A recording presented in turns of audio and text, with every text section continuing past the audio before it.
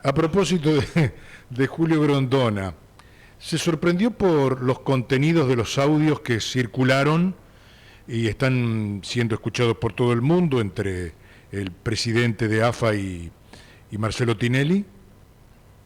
No, no, para nada. No, sorprender no. Yo creo que, obviamente que esto es un vuelto político que le hacen a Tinelli.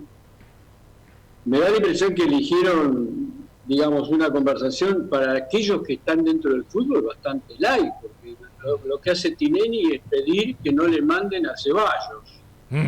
Y Grondona, fíjese usted, Néstor, que Grondona no le va a mandar a Ceballos, es decir, no le manda al árbitro, pero no le mandó ninguno de los árbitros que menciona Tinelli, no le mandó ni a Pompey, ni tampoco al otro que había... Delfino. A Delfino, a Iván Delfino. Ah, Delfino, sí, de Germán Delfino. Ninguno de los dos, le manda a Rapalini. Es decir, que la actitud de Grondona fue: no te voy a mandar al árbitro que me estás recusando, pero tampoco te voy a mandar a los árbitros que me estás pidiendo, ¿no? Es decir, yo creo que esto es una práctica habitual, de larga data, ¿no? Que no solamente se circunscribe al ámbito nacional, ¿no? Tanto claro, a nivel Conmebol como a nivel FIFA esto ocurre, y ocurre en los mundiales. Recordemos, el Rizzoli fue un árbitro italiano que dirigió 3 veces a la Argentina. Entonces, obviamente con el peso que siempre tuvo Grondona en la FIFA, ¿no? Claro. Entonces creo que, obviamente que todos nos pronunciamos en contra de este sistema, pero esto es un sistema que todos sabemos que lamentablemente existe y que algunos como Grondona le preguntan ¿quién no querés? En cambio me parece que ahora pareciera que la pregunta es ¿quién querés que te dirija? Eso es peor, me parece mucho peor. Javier, ¿usted estaba en alguna lista negra o lista blanca? Pongámosle lista blanca a aquellos que a uno lo quieren que lo dirija, ¿no? Y lista negra a aquellos dirigentes que hacían esa lista con los que no querían que lo dirijan. ¿Usted recuerda haber estado de alguna forma o preferido por algún dirigente o no, o en la otra lista de esta que a discreción armo aquí en esta mesa? Respecto de lista negra, yo creo que como muchos otros árbitros, luego de tener partidos conflictivos, principalmente con clubes de gran poder de convocatoria, pasaba un tiempo, una temporada que no me designaban a eso.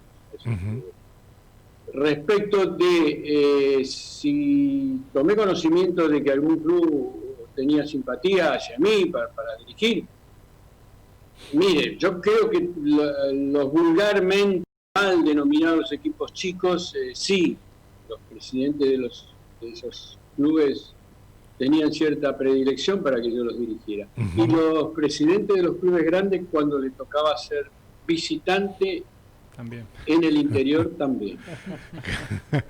Le hago una pregunta que tiene que ver retro, ya que todo lo retro ahora recuperó un lugar en cada uno de nosotros, ¿no? Uno mira imágenes de las cosas que pasaron, de los acontecimientos a los que asistió, de los cuales fue protagonista. ¿Volvió a ver el partido en algún momento ese de River y Newell's? No la totalidad del partido, pero sí, imágenes de ese partido he visto, sí, claro.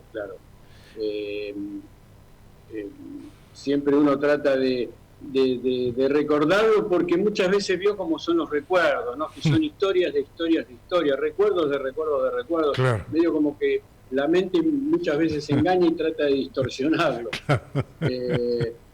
Y varias veces que lo vi por televisión, ese partido como otros, tenía en mi memoria que los hechos habían ocurrido, por ejemplo, en otro lugar del campo que realmente habían ocurrido. Sí. Pero bueno, son esas cosas esos secretos de la mente. Pero el secreto de la mente. Que sí. Siempre siempre hay, cuando uno observa esos partidos de hace tanto tiempo, siempre hay algún detalle que antes no había observado y uno tiene oportunidad de refrescarlo. Se podría, bueno, quien es contrafáctico, pero lo invito a imaginarlo, con la personalidad hoy de los jugadores, no son aquellos tiempos que dirigió usted, porque también podría recordar un partido de Boca y Vélez, en la cancha de Vélez con Maradona, con Canilla, y del otro lado Chilaver y compañía, y hoy no se observan esas personalidades.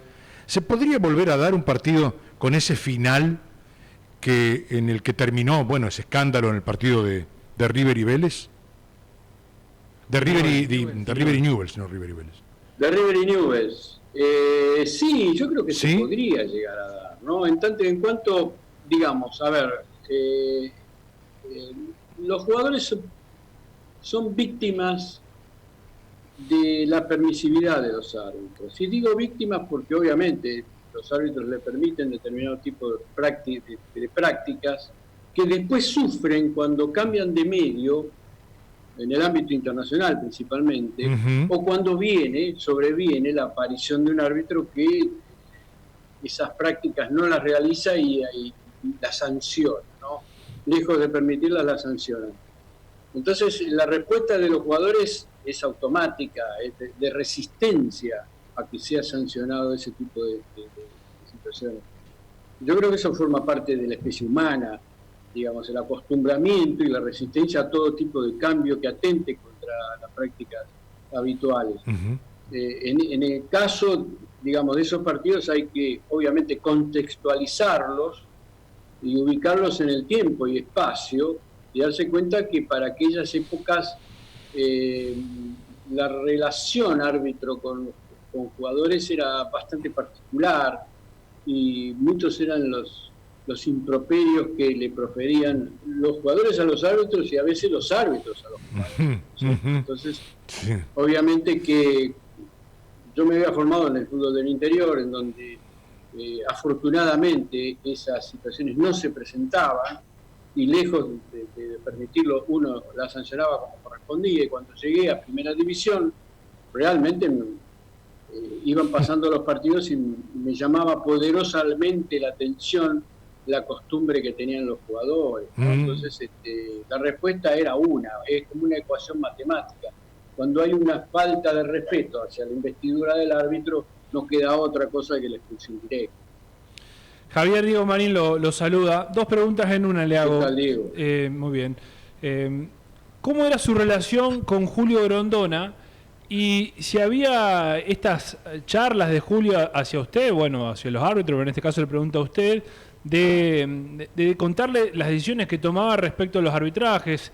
Te voy a poner en esta cancha porque vino este dirigente y te pidió, o porque aquel no quiere que estés, entonces no vas a estar en esta otra cancha. ¿Había esa relación de Grondona con usted? No, en absoluto, para nada. No, uno no tenía prácticamente relación con Grondona. Más, siempre cuento, yo tuve más relación con Grondona una vez que me había ya retirado, incluso en mi época de funcionario público, que en todos los años que estuve dentro de la Asociación de Fútbol Argentino como árbitro. No tenía prácticamente diálogo con él, nada. Y mucho menos que me contara secretos de la cocina de las designaciones, no, para nada. Lo otro que... Eso para nada. Yo siempre cuento que en una oportunidad, cuando tuve que dirigir por primera vez a Maradona, cuando él volvió, ya estaba en Boca Juniors y se iban a enfrentar Gimnasia de Esgrima de Jujuy con Boca. La noche anterior a viajar me llamó Eduardo De Luca, que entonces era secretario general de la Conmebol, y me preguntó si yo le iba a permitir a Maradona jugar con el aro, porque tiene un aro con diente de las nenas, de las hijas. Sí. Y yo le dije que no, naturalmente que no, porque no estaba permitiendo el reglamento. Y después él, como vio cuál iba a ser mi actitud, porque se había generado todo un escándalo alrededor de ese aro y que no se le tenía que permitir a Maradona jugar con ese aro, me pasó con Julio Grondona y me dijo, espera que te paso con Julio, que quiere hablar con vos. Qué bueno. Y él hizo una especie de speech, de un monólogo que habrá durado 5 minutos, en donde me explicaba que estaba toda la provincia de Jujuy esperando que fuera Maradona, en otros términos, ¿no? Naturalmente, una sola persona Maradona, y que en definitiva si tenía que sufrir algún tipo de lesión en la oreja, era un problema de él, en otros términos también, y